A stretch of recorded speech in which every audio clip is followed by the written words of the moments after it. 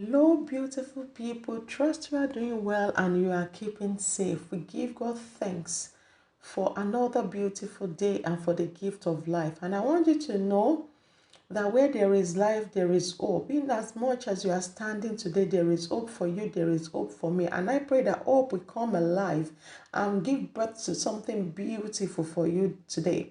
This day is blessed for you. And today I just want to look at life, when we talk about seed and harvest. We do say what you sow is what you reap. That is true. What someone sows is what we reap. What we sow with our words, with our time, with our thoughts, with our action is what we reap. What we send out is what comes back. What we, give is what we get. And sowing something, when we sow a seed, that seed has the power to multiply.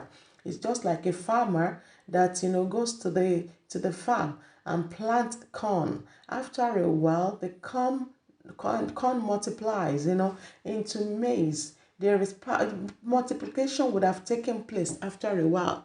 And that is what happens. When someone sows, the person is expected to reap. The time of harvest will definitely come.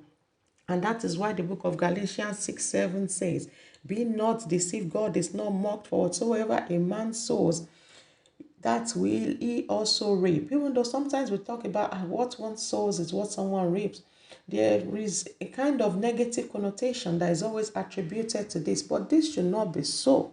Because if we sow kindness, if we sow mercy, if we sow forgiveness, if we sow peace, if we sow love, if we sow joy into our lives and into others' life, it will come back. And that is why it is very important that in whatever we do in life, let's sow good seed, not bad seed. Seeds that will make others happy, seeds that will encourage others, seeds that will build others. That is what we should be sowing every day of our lives.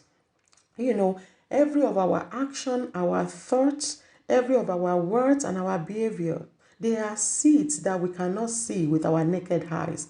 In fact, the most powerful and impactful seeds we sow in life cannot be seen. And that's why we need to be very careful. The seed we sow into people's life, into our lives, they cannot be seen. When you speak a word into someone's life, if the word is good or bad, that word stays with that person. That person will always remember. If it's something good, if you have encouraged and lifted someone, the person will always remember and will always be grateful for that. But if it's a bad word or a negative word, or it's a word that's put someone down, the person will also remember that word and will know that on a certain day, this word was spoken to me by this person. That's why we need to be careful and sow good seed into the life of people. And when we sow seed, we know that it doesn't germinate immediately. Just as when a seed is planted, it takes a while. It doesn't just germinate. It doesn't germinate that day. It may take weeks. It may take months. It may even take years. So when we plant, it doesn't. When we speak words or when we sow seed with our attitudes, our behavior, it doesn't. It may not come back that day. It may be after weeks. It may be after years. It may be after months, because there is always a time to plant and there is a time to nurture and there is a time to harvest. Everything in life, and when it comes to sowing and reaping, it requires patience. Whatever everyone sows, that shall he reap. Sooner or later, it may not be today. So I just want to encourage us that we should sow good seeds, seed of love, of kindness, of goodness, because some seeds are not worth sowing.